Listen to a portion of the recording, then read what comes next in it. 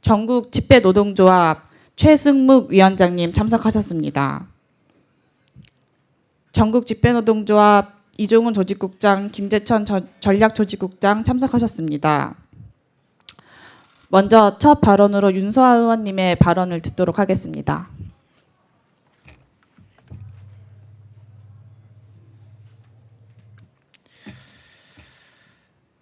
네, 먼저 고된 노동 끝에 안타깝게 유명을 달리하신 집배노동자의 명복을 빕니다. 지난 5월 12일과 13일 부처님 오신 날을 맞아 온 세상의 자비와 평화가 깃들기를 염원할 때 우정사업본부의 집배원 3명이 과로와 암으로 잇따라 사망하는 사건이 발생했습니다. 특히 공주우체국에서 상시 집배원으로 일하던 34살 청년의 과로사는 아무런 대책 없이 과다한 노동으로 내몰리는 우리 집배 노동자의 극명한 현실을 보여주고 있습니다. 이미 지난 4월에도 2명의 집배 노동자가 연이어 심장마비와 뇌출혈로 사망한 바 있습니다. 지난해 우정사업본부 노사와 전문가로 구성된 집배원 노동조건 개선 기획 추진단의 조사에 따르면 2017년 기준으로 집배원들의 연간 노동 시간은 2,745시간이나 됩니다. 한국 임금 노동자 연평균 노동시간 즉 2,052시간과 비교하면 무려 693시간이 긴 것입니다. 하루 8시간 노동시간으로 따지면 평균 87일을 더 일한 셈입니다. 참으로 참담한 노동환경입니다. 이러한 노동환경에 있다 보니 지난 2010년부터 작년까지 9년간 과로사로 사망한 집배원이 무려 82명에 달하고 있습니다. 스스로 목숨을 끊은 사람도 38명이나 됩니다. 이렇게 열악한 노동 환경임에도 정작 이를 책임져야 할 우정사업본부는 아무런 대책을 마련하지 않고 있습니다. 이제는 멈춰야 합니다. 충격적인 장시간 노동을 멈추고 더 이상 과로로 인한 죽음이 없도록 해야 할 것입니다.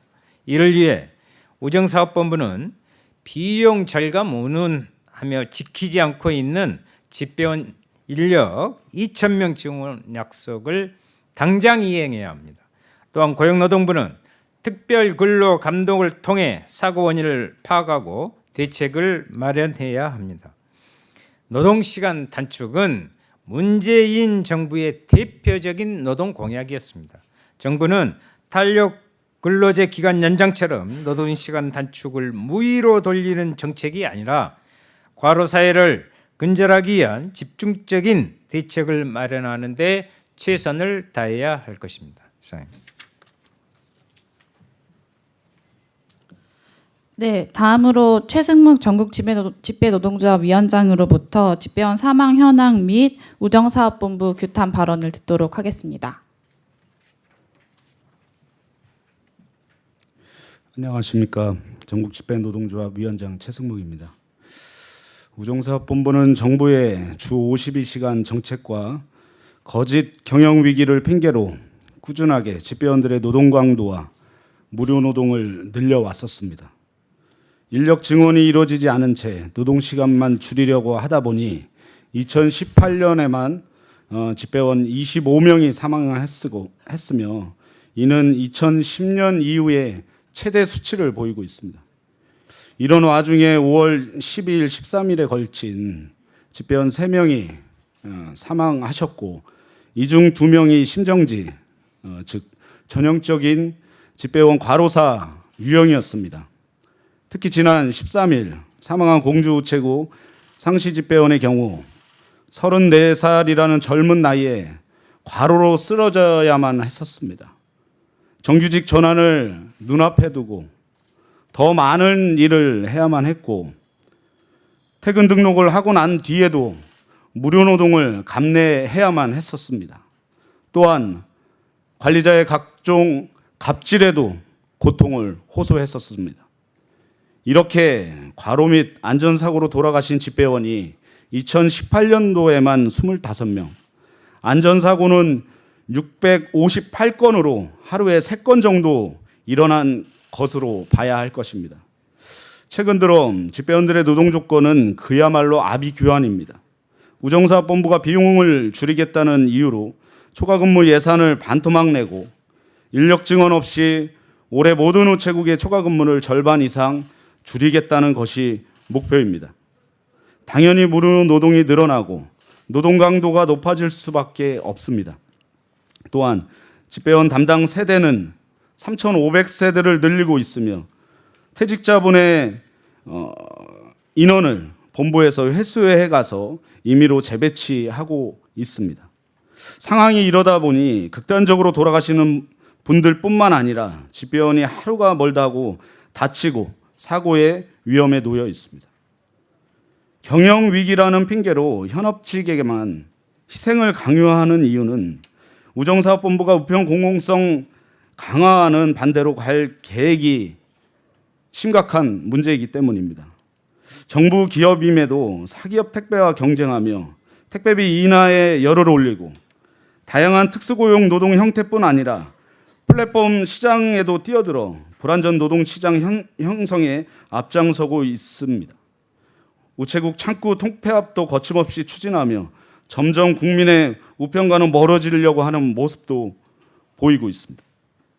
우편 공공성은 소속 노동자의 안전이 지켜질 때부터 시작될 수 있습니다. 우정사업본부는 더 이상 거짓 경영 위기를 내세울 것이 아니라 현업 노동자의 안전이 지켜질 수 있도록 정책 전환이 절실하게 필요합니다. 감사합니다.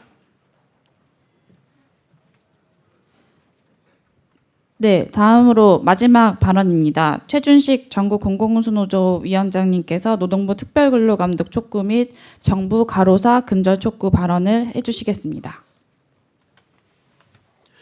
예, 전국공공운수노동조합 위원장 최준식입니다. 세상을 좀 더 오래 살은 노동자의 죽음이 덜 안타깝고 젊은 노동자의 죽음이 더 안타깝겠습니까마는 지금 보여주고 있는 상황을 보면 건강하고 젊은 노동자도 우정사업본부의 살인적인 노동 환경을 극복하기 어렵다라는 것을 극명하게 보여준 사례라고 할 것입니다. 작년 우리는 공공기관 중에 가장 살인적인 노동 환경을 제공했다는 태안화력발전소의 청년 노동자의 죽음을 계기로 더 이상 안타까운 죽음을 만들어내서는 안 된다. 노동 환경을 개선하고 안전에 최우선을 둬야 한다는 사회적 합의가 있었습니다.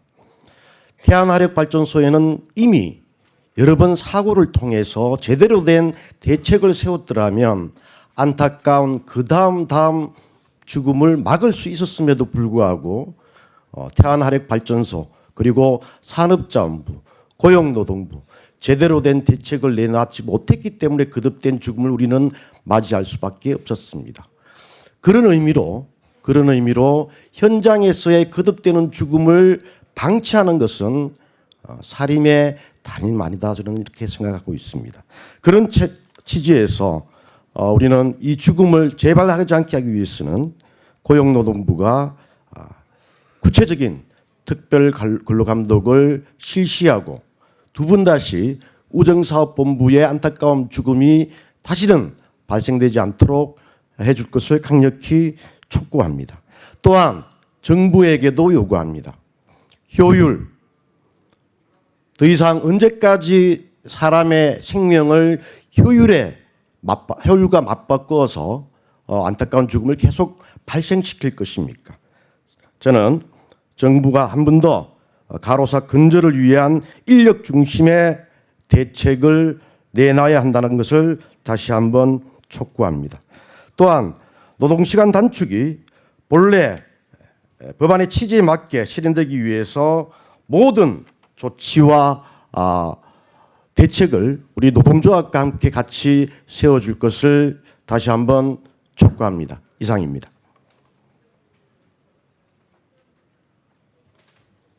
네, 오늘 기자회견에 참석해 주신 분들이 다 말씀해 주신 것처럼 집배원의 노동 조건은 그야말로 대한민국의 장시간 노동 조건의 표본이라고 할 수 있습니다. 이제 그렇기에 집배원들의 노동 조건이 나아지는 것이 곧 대한민국 노동자들의 삶이 나아지는 것과 같다 생각합니다. 우리 노동조합과 윤소아 의원님은 약 2년 전에도 이 자리에서 집배원들의 반복된 죽음에 대해서 규탄하는 기자회견을 진행한 적이 있습니다. 매년 반복이 되는 죽음 앞에서 사회와 노동자들이 무기력해지지 않고 인력 증언과 특별 감독이 진행이 될 수 있도록 기자님들께서도 많은 보도를 해주셨으면 좋겠습니다. 또한 대한민국의 노동 문제가 복합적으로 반영되어 있는 집배원들의 과로사, 이제는 국민이 나서서 함께 해결해 주시길 간곡히 부탁드리겠습니다. 이것으로 기자회견을 모두 마치도록 하겠습니다. 감사합니다.